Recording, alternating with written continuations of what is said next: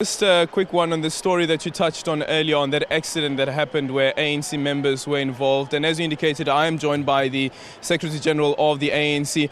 Just quickly on that accident that happened, of course, these were members of the ANC and supporters of the ANC looking forward to be part of this event.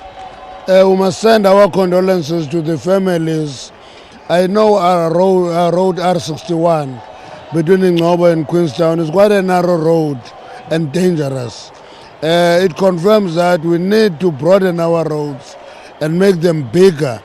That accident is quite painful. Those people were coming to the manifesto launch. We have a fatality. We have many who are injured.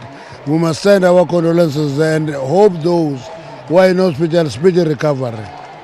And just quickly to those members of the ANC who've actually made it, and some are still on their way, and as we can see that the grandstands of the Nelson Mandela Bay Stadium are starting to pack up. We're hoping that the stadium will be full and go to overflow areas, but the primary objective is to fill the stadium and be characteristic of the ANC. ANC is known for filling stadium when it has events.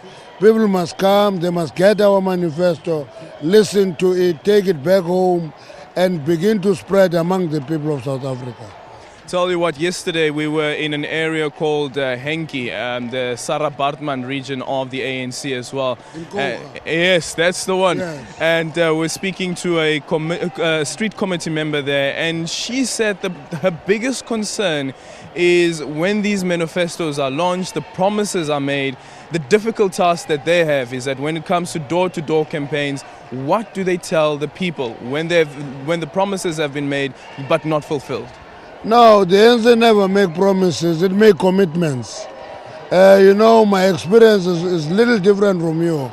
Is that people will say, yes, I've seen the houses here being built, but I don't have one.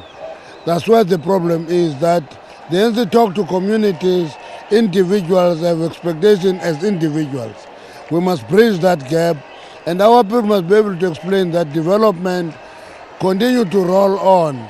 If you have seen that the project is going on, it has not touched you, you must be having a hope that it will touch you as it gets rolled out.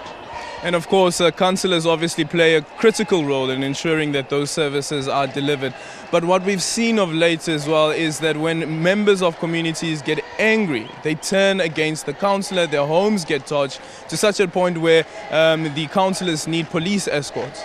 That is what happens because the communities don't know the spheres of government. Every dissatisfaction with government service goes to the councillor, because the councillor is the government next door. And what we need to do is to educate our communities that they must not touch homes of the councillors, they must not destroy property that belongs to them. Because sometimes they go up and touch a clinic and they think that it's a government clinic, but it's not a government clinic, it's their clinic. They touch a school, it's a government school, it's not a government school, it's their school. That education must go on and on and on and say the right to protest is protected by the Constitution, but the right to destroy is not protected as criminal. One thing that was raised during the 2011 Election Manifesto is that the councillors must be held accountable for where they fail.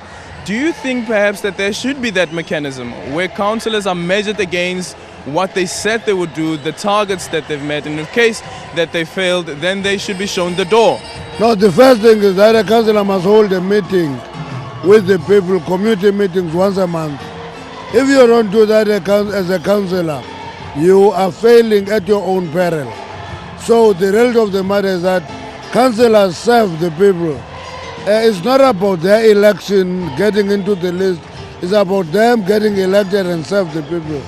There are councillors in the ANC who have been councillors since 1995, who are still councillors, where communities have confidence in them because they service, they are part of that community. They actually go and interact with the people. I can give you a few examples, but let me not do that so that they cannot be alienated. And something quite important, of course, heading into the municipal elections for the ANC is the list conference. And I was speaking earlier on to Nomvula Mukonyane as well about that issue. How do you ensure that it's a smooth transition if you take into consideration some of the disruptions when it comes to electing potential candidates for the ANC? You know, list conferences are tense by nature because about a person getting deployed as a councillor, for some people that is equal to employment. They think that's an opportunity to earn, and therefore tensions you can't totally eradicate unless you bring a new system where people are not elected. You sit in an electoral college and appoint them, as many parties do. But in the ANC, we think that that democratic process is part of connecting that councillor first to the citizens of the ANC, then to communities. It's quite an important exercise for us. And Secretary General, before I let you go, we know, of course, the issue around the Constitutional Court ruling. And we've seen some, well, as the ANC in Gauteng calls it, it says differences of views on how the ANC should deal with the matter heading forward. Do you think that the president should call on a message of unity within the party, considering what's unfolding at the moment? What we're doing everywhere we go. Everywhere we go, we've called for that unity. Difference of opinions is a source of strength for the ANC. But what is important is that diversity of ideas must be brought together. People must debate. Once a decision is taken, everybody must actually stop having a view after a decision has been taken. Okay, perfect. That is the Secretary General of the ANC, Gwede Mantashe, and as he is indicated that they expect this stadium to be packed to capacity. And yesterday during the briefing also indicated that the ANC is expecting 100,000 members. And just to show you just one side of the grandstand of the stadium, as you can see, ANC members and supporters, the ANC Women's League also coming out in their numbers. And earlier on, my acting political reporter, or the SABC's acting political editor rather, Sophie Mukwena, was out speaking to members of the public as well as those members of the ANC making their way here to the stadium.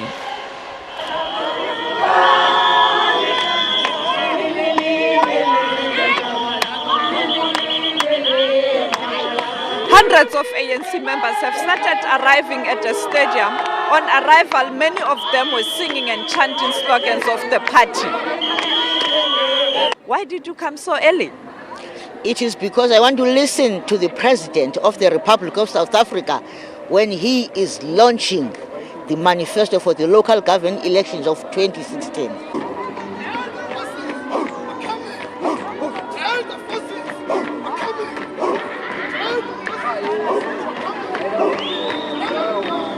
I think what is very important is to encourage people to vote for the ANC so that we can move forward with the development and the future of this country.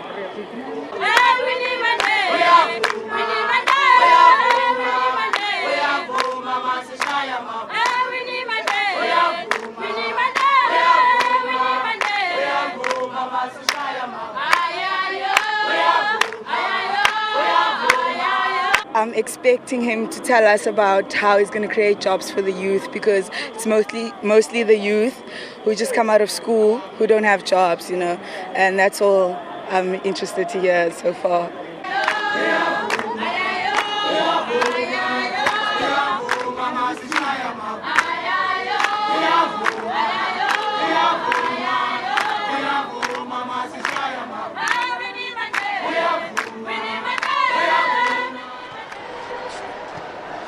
Well, as you can see there, members of the ANC continue to make their way here to the Nelson Mandela Bay Stadium, where President Jacob Zuma will unveil the ANC's election manifesto. And come the 3rd of August, the ANC wants to make sure that that election manifesto is good enough to make sure that people put their X mark next to an ANC logo. Let's go to a quick egg break.